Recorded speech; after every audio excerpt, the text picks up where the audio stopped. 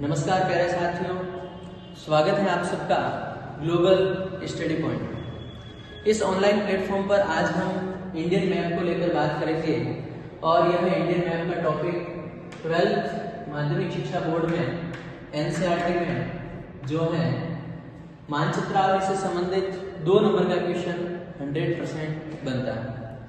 भारत के मानचित्रावली में अगर देखा जाए तो भारत के तटीय क्षेत्रों पर अरब सागरीय तट या बंगाल खाड़ी तट पर स्थित पतन को लेकर, बंदरगाहों को लेकर क्वेश्चन जरूर बनता है मानचित्रावली में। तो आइए इस टॉपिक को लेकर आज हम अध्ययन करें। भारत के मानचित्रावली की पतन के बारे में जब भी बात करेंगे, भारत का जो तटीय क्षेत्र है उसके बारे में हमें नॉलेज होना चाहिए। आइए सबसे पहले बात करते हैं ये जो राज्य है साथियों, जिसका नाम है गुजरात। गुजरात राज्य में जो बंदरगाह पूछा जाता है वो है आपके कांडला पतन। कौन सा पतन पूछा जाएगा? कांडला पतन। इस कांडला पतन का अब नाम परिवर्तित कर लिया गया है, अब इसे दीनदयाल पतन के नाम से भी जाना जाता है। इसी प्रकार सेकंड पोजीशन पर बनता आपके राज्य जिसे कहा जाता है आप महाराष्ट्र राज्य। महाराष्ट्र राज्य में जो पतन बनेगा वो आपको ध्यान में रखना है। एक तो है आपके मुंबई पतन और एक का नाम आता है आपके नहावा सेवा पतन। नहावा सेवा पतन का नाम बदलकर जवाहरलाल नेहरू पतन कर दिया गया है, ये आपको नॉलेज में रखना है। इसी प्रकार बात करते हैं गोवा राज्य को लेकर। गोवा राज्य में जो बंदरगाह या पतन पूछा जाएगा वो है आपके मारवा गोवा। मारवा गोवा पतन मुख्य रूप से पूछा जाता है। इसी प्रकार इसके नीचे जो राज्य आता है वो है आपके कर्नाटक राज्य।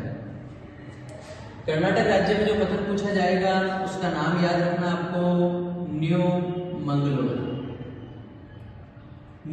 पतन। लास्ट में जो केरल राज्य है, सबसे दक्षिण में जो केरल राज्य है वहां जो पतन पूछा जाएगा उसका नाम आपको ध्यान में रखना है कोची पतन। बिल्कुल यही कोची पतन जिसके निकट बेबनाथ झील भी अवस्थित है। ये सभी पतन आपको पश्चिमी तट पर याद रखना है। इसी प्रकार से बात करते हैं पूर्वी तट को लेकर कि पूर्वी तट पर कौन कौन से बंदरगाह पूछे जाते हैं। सबसे पहले बात करें प्यारे साथियों आपके पश्चिमी बंगाल राज्य में। यहां लिख देता हूं पश्चिमी बंगाल। यहां पर जो बंदरगाह बनेगा हुगली नदी पर अवस्थित कोलकाता पतन और हुगली नदी पर अवस्थित हल्दिया पतन। ये 2 पतन पश्चिमी बंगाल के आपको मुख्य रूप से ध्यान में रखना है। पश्चिमी बंगाल के बाद में अगला जो राज्य है सबको पता है कौन सा राज्य है? उड़ीसा। उड़ीसा राज्य का प्रमुख जो पतन है उसका नाम आप जरूर याद रखें, पारादीप पतन। पारादीप आते हैं आपको उड़ीसा राज्य में पॉइंट बनाकर साइड में भी आप लिख सकते हैं।